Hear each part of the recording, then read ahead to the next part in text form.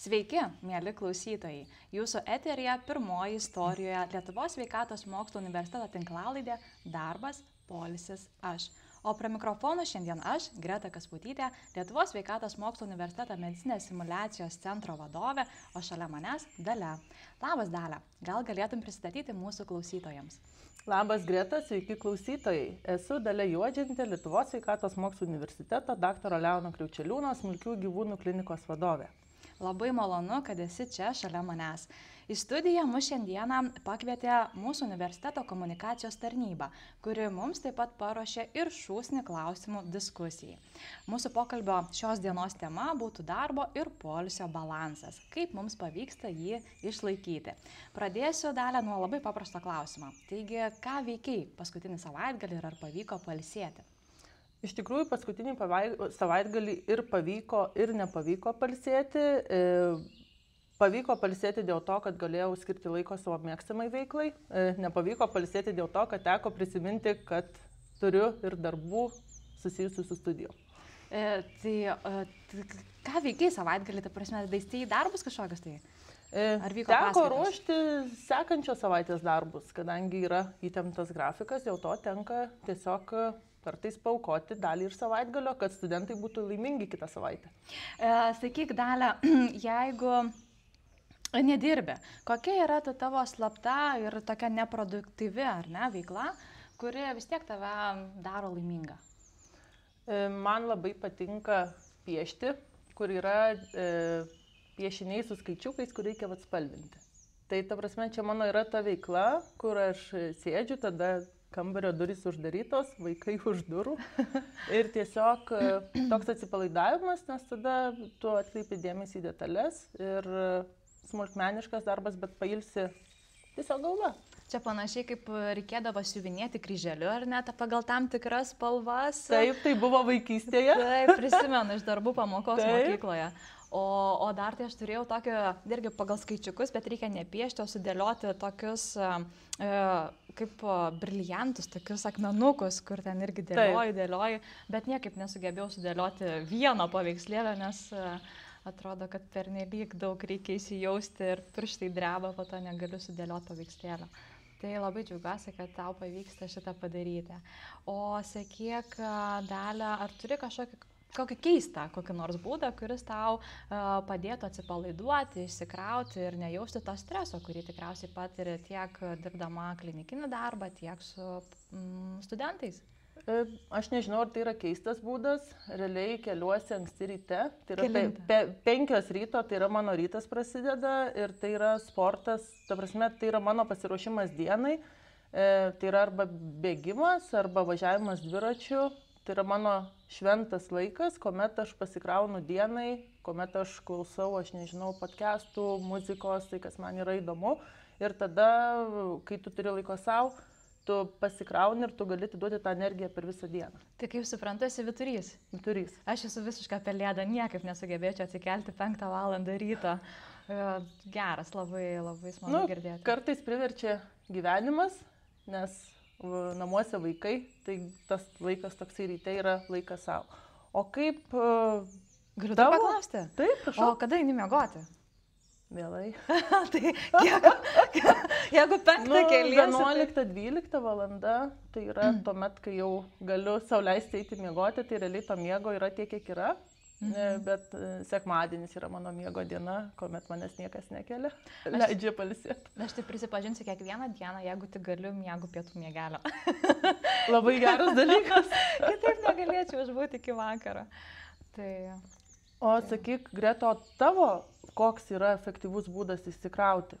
Būtent jauti stresą, ar ne? Galbūt yra dienos metu kažkoks, nežinau, išeiti galbūt į kitą kabinetą išsirėkti, jeigu kažkas sunervuoja, arba tiesiog, koks yra tas būdas? Man labiausiai padeda ir suteikia džiaugsmo, to vidinio mažvaikiško džiaugsmo, tai yra pasileisti garsiai muziką automobilyje ir greit pravažiuoti kokią nors Kauno ar Kauno užmiesčio gatve. Tai yra pats geriausias mano atsipalaidavimo būdas. Dalia, turiu pasiūlymą. Pažaiskim greitą žaidimą. Bus klausimas ir 2 pasirinkimo variantai. Reikia reikėtų išsirinkti savo artimesnį, bet pernelyg daug negalvo, gerai, tas arba tas. Žaidžiam. Gerai, pradedam. Žiūrėk, po įtemptos savaitės, ką renkiesi? Aktyvus savaitgalis ar visiškas tinginiavimas? Aktyvus savaitgalis. Pritariu aš irgi. Atostogos su planu ir maršrutu ar visiškai spontaniškos be jokių planų? Visgi renkuosi maršrutą. Maršrutą ar aš? Klausyk, poilsis vienumoje ar draugų kompanijoje? Vienumoje. Gal pasirinkčiau draugus, labai retai susitinku. Diena ar naktis? Naktis. Naktis. Ilgesnės, bet retesnės atostogos ar trumpas, bet dažnas? Ilgesnės, bet retesnės. Pritariu visiškai. Poilsis gamtoje ar mieste? Gamtoj. Gamtoj. Mėgautis tyla ar klausytis muzikos ar podcastą? Klausytis muzikos ar podcastą. Muzikos. Taip. Kava ar arbata? Kava. Kola. Nesveika, kenkia dantim. Atostogos be galimybės skambinti ar be galimybės fotografuoti? Be galimybės skambinti. Fotografuoti gal, nežinau. Neapsisprendžiu. Fotografuoti. Skambinti.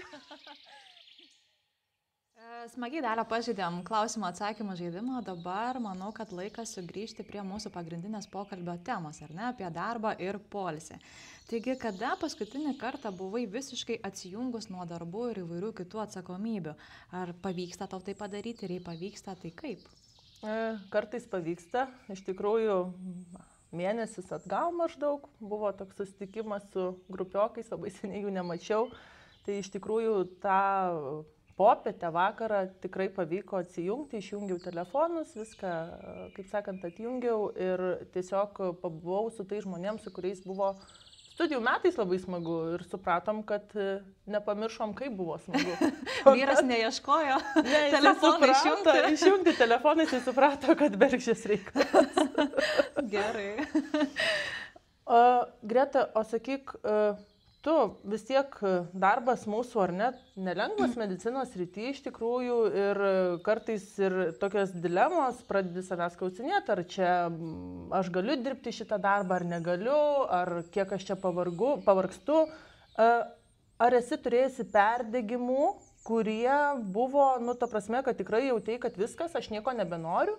Ir jeigu turėjai, koks tas buvo pirmas signalas, kur tu supratai pati, ir galbūt kažkas pasakė iš šono, bet žiūrėk, Greta, kažkas yra negerai.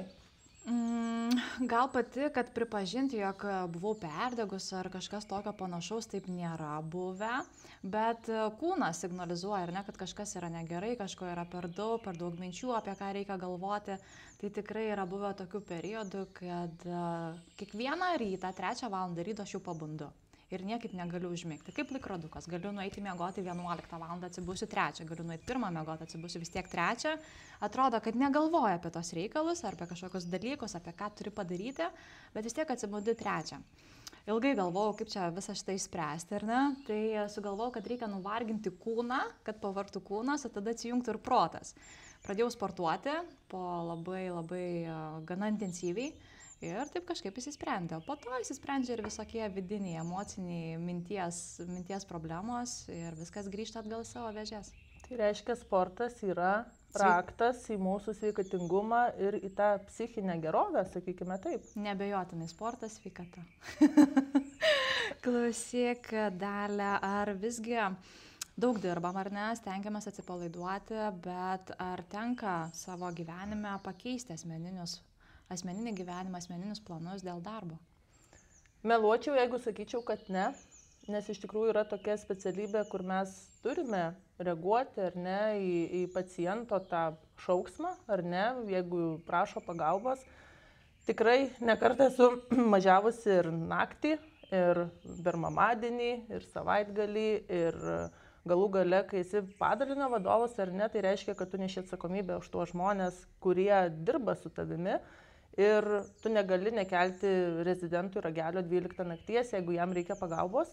Tai iš esmės tu turi koreguoti, iš tikrųjų koreguoji asmeninį gyvenimą prie darbo, taip yra, bet greičiausiai šitoj srity dirbame tie, kurie norime čia būti ir kurie matome prasmę greičiausiai tame, ką darome, nes mūsų nebūtų nei vieno šitam darbe, jeigu mes nematytumėm to aukštesnio tikslo ir nematytumėm ir neturėtumėm tos vidinės motivacijos tą darbą atlikti.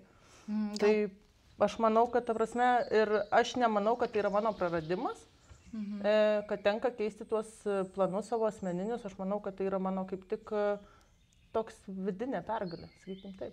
O gal pameni kokį tai įvykį, dėl ko reikėjo naktį važiuoti, ar ten savaitgalis, nes tavo pacientai visi skiriasi nuo mano pacientų. Turi daugiau kojų, bent jau tiek, bet juokauju, aišku, čia, bet kokios tai situacijos jūsų darbe? Mano tokia ryškesnė, ar ne, iš pastarojo laiko, tai pacientas šuo buvo, Kruzharas, kuris gydytas buvo kitur 3 savaitės. Ir žmonės tiesiog sako, matom, akyse gesta, jie visiškai iš kito miesto. Ir, ta prasme, tu girdi tą neviltį, kad padėkit, mums reikia pagalbos. Gerai, 8-9 vakaro atvažiuoja iki klinikos, tai jau ir 11, bet ką. Pacientas išvažiavo namo savo kojomis, kaip aš sakau, po savaitės laiko jau po operacijos. Tai, ta prasme, čia buvo, pats geriausiai investuotas laikas, sakykime taip. Supratau, o kaip tavo artimieji žiūri šitai? Įprato. Neturi kito pasirinkimo. Mano vyras yra veterinaras irgi. Tai viskas daug paprasčiau. Paprasčiau. Stengiamės ne vienu metu nebūti namie. Supratau. Kad vaikai vis tiek yra, tai tenka dalintis tom atsakomybėm. Kaip susipažinot su vyru, ne paslaptis? Studijos. Universitetas. Universitetas, tai. Labai smagu. Greta, sakyk, vis tiek, ar ne, darbe mes turime jausti kažkokią tai pasitenkinimą, ar ne, ir vis tiek, jeigu nėra tų gerų tokių dalykų, sėkmingų dalykų, tai ir nėra greičiausiai to ir tokio pasitenkinimo. Kas tu manai, kad tavo darbe yra sėkmė? Kada tu jauti, kad gerai, paėjo šiandien? Tai gal panašiai, manau, kad kaip ir pas jūs, ne? Profesinį pasitenkinimą jauti tada, kai pacientas pasveiksta, kai jam viskas yra gerai, o pagal specialybę su anesteziologė ir reanimatologė. Tai visi anesteziologai supras mane, pavyzdžiui, jeigu būna kažkoks tai sudėtingas atvejis, sunkus kvėpavimo takai ir negali intubuoti, bet tu intubuoji. Ir iš karto toks azartas, atsiranda, kad man čia pavyko. Arba išsipunktuoti kažkokias tai venas ar arterijas. Kažkas, kas yra sunkaus, bet tu viską padarai ir susitvarkai iš pirmo karto ir viskas yra gerai. Reziume, pacientui viskas yra gerai, operacija yra saugi, anestezija yra saugi, arba iš kokių tai kritinės būklės pacientas sugebė ar neištraukti. Tas profesinis pasitenkinimas, man atrodo, yra sėkmė ir didžiausias įvertinimas gydytojui, kad ir kokios specialybės jis bebūtų. Tai tokiem pacientam pasisekė turėti tokią gydytoją kaip tu? Tikriausiai. Tai greičiausiai reikėtų pereiti prie linksmesnių klausimų ir vis tiek mes visi turime savo ritualus, kuriuos bandome įterpti į kasdienybę, kad ta kasdienybė būtų lengvesnė iš tikrųjų. Tai kokie tavo yra mėgstamiausi mini ritualai tarp darbų? Ką tu mėgsti daryti, ko nežinau, kiti gal nemato? Gal tarp darbų, tai pajokausiu kaip apie anesteziologus, jokauju, nieko neveikia ir tik kavą geria. Tai čia tarp darbų tas gali būti, bet po darbų mano mini ritualas tai yra power napas. Kiekvieną dieną stengiuosi pamiegoti to vadinamo grožio miegelio, kad galėčiau nusiresetinti ir toliau kibti į darbus tikriausiai, va šitaip. O Dalia, sakyk, kas tavo nuomonė yra tikras poilsis? Ar visada tai nieko neveikimas? Ne man nieko neveikimas. Aš šiaip veiklus žmogus esu. Aš turiu kažką veikti ir kažką daryti, ar tai būtų, nežinau, žygis į gamtą, ar tai būtų su vaikais kažkokių žaidimas. Nieko neveikimas, aš jaučiuosi dar labiau pavargusi, negu kažką veikdama. Šiaip aš pati esu sportininkė, aš nuo mažens sportuoju, žaidžiu krepšinį.